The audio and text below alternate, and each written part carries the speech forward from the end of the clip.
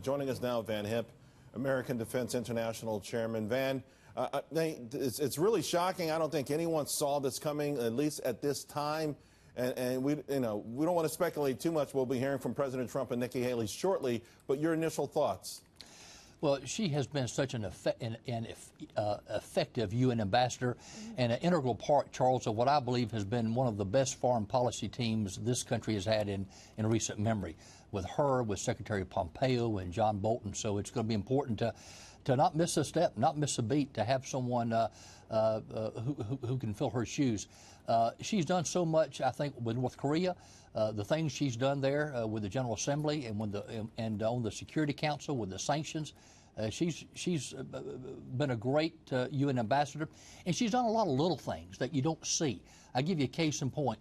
It was Nikki Haley who led the way and got this president to appoint another former South Carolina governor, David Beasley, to head the World Food Program. You don't hear much about that, but that has been making a difference. This guy has brought business management principles to an $8 billion sub-agency, if you will, of the UN, and he has carried the fight to radical Islamic terrorism in Africa, where they've tried to expand and recruit people with food. He's on the ground to counter them. He went to North Korea right before the Trump-Kim Jong-un summit, got in there, and I actually talked to him when he got back, and told me he could sense a real difference. I mean, things were happening there on the ground in North Korea he'd not seen before. So she's done a lot of other things like that that you don't normally see. So this is a shock. Van, she was. People have been talking. America's version of Margaret Thatcher, the Iron Lady. She has been at the UN reading the Riot Act. She has stood tall against the tyrants of the UN, and it's amazing. I mean, people have looked up, everyone looks up to her as the emerging star in the administration. Of course, everyone's going to want to guess what her next move is, but it's going to be tough to replace her. It will be, and people have always underestimated her. I remember when she was a state representative in Lexington County, South Carolina. She came from Bamberg. Her parents were immigrants. They've always underestimated her, and then too, she had been a good governor in South Carolina. She becomes the UN ambassador. People said, does she have any foreign policy background or experience? And look what she did. What a learn-up curve. And, man, she just, we had not had a UN ambassador like that since John Bolton had been UN ambassador.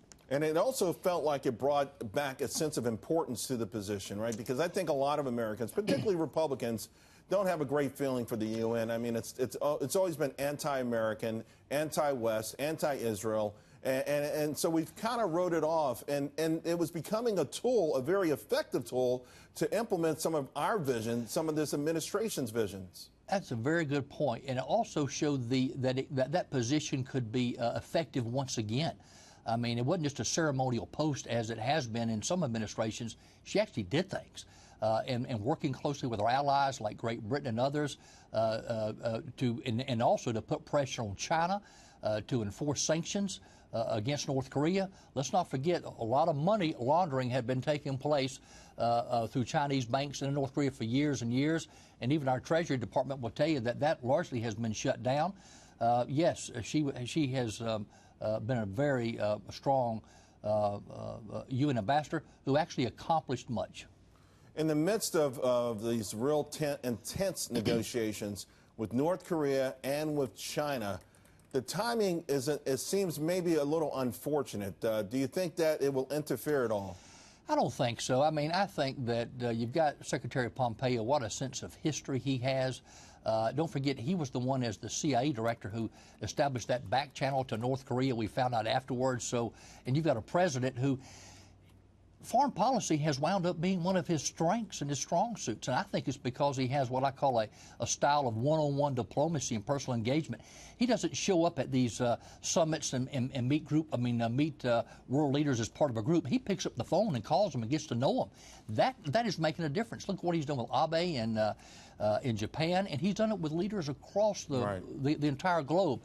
And I think it's kind of caught the Chinese a little flat-footed. Van, President Trump has just put a tweet out. Let me share it with you and the audience and then get your thoughts. Quote, big announcement with my friend, Ambassador Nikki Haley, in the Oval Office at 10:30 a.m. It's a tweet that suggests that this is amicable. Or maybe something else in store for her. Yeah, there could be something else in store. And I was working my way up to that with you, Van. I don't know what positions are open per se, but what other role could Nikki Haley play in this administration? Stay tuned. I think she's got a bright future.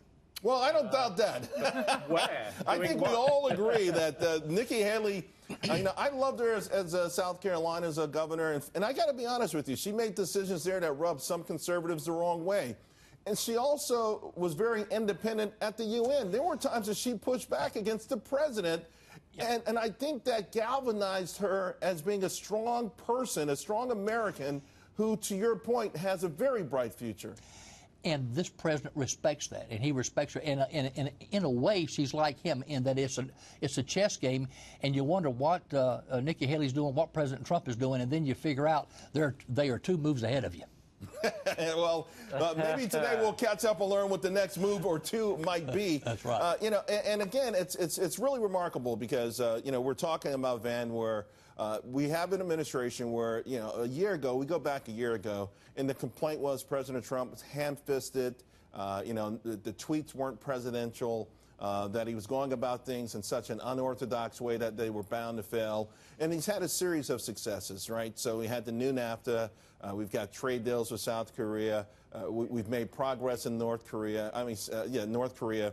And now you don't hear those things anymore. No one's saying that the approach is wrong, and no one is even saying that the aims are wrong. It felt like President Trump, for a lot of the establishment, and you know him better than anyone else, that his goals were so lofty and his tactics were so, for lack of a better word, crude or unstatesmanlike, and now everyone believes he can achieve it all. Yeah, I think the establishment is dumbfounded. But let's look at it. This president has put America back to work. He's put this country back to work, and he's kept us safe, and he has strengthened. I believe he has strengthened our relationships with allies, and he's reached out to people who in the past haven't been our allies to try to get them on board. And I think that's what's kept folks like countries like China off balance. They haven't figured them out.